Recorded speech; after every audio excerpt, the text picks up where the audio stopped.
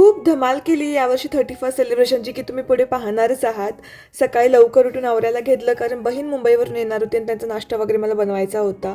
यावर्षी फार्म हाऊसवरती आम्ही सेलिब्रेशन करणार होतो. गावाकडून भाऊ, मम्मी आणि दोन्ही आत्या आणि त्यांची फॅमिली सगळेजण यायला निघाले होते.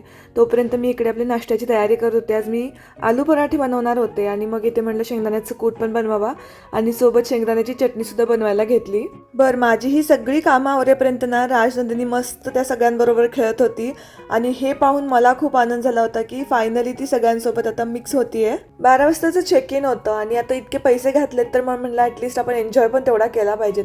त्यामुळे थोडी पटापट गडबड चालू होती आमची. त्यात मम्मी सुद्धा आली. मग काय पटापट सगळी कामावरून घेतली आणि मग फार्म हाऊसवरती जाण्यासाठी निघालो. मी तर डायरेक्टली स्विमिंग सूट घालूनच रेडी होते कारण गेल्या गेल्या मला पूलमध्ये जायचं होतं.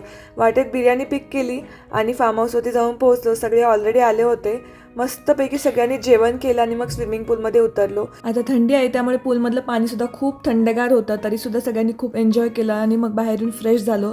राजनंदिनी मात्र सारखं जात होती त्या पूलकडे. तिला पाहण्यासाठी ना सगळेच जण होते त्याच्यामुळे म्हटलं आपण ड्रायव्हिंग करूयात. मी थोडं ड्रायव्हिंग करून आले आणि तोपर्यंत हे सगळेजण ना क्रिकेट, बॅडमिंटन असं खेळत होते. आम्ही सगळे एन्जॉय करत होतो पण भावाचं मात्र काम चालू होतं. त्यानंतर ना इतके फनी गेम्स आम्ही खेळले ना, खूप एन्जॉय केलं.